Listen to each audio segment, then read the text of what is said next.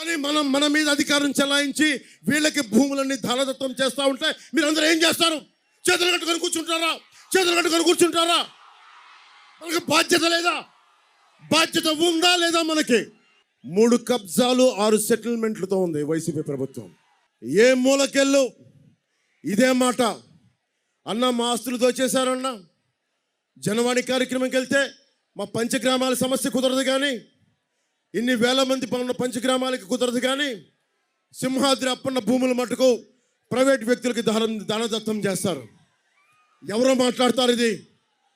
ఒక్క పంచకల రమేష్ గారు మాట్లాడలేరు, ఇది సీఎం రమేష్ గారు మాట్లాడలేరు.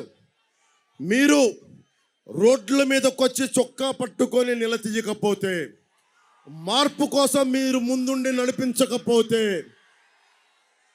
ఎరుపు జెండాలు ఎన్ని తువ్వాళ్ళు ఎన్ని సిరేసినా ప్రయోజనం లేదు.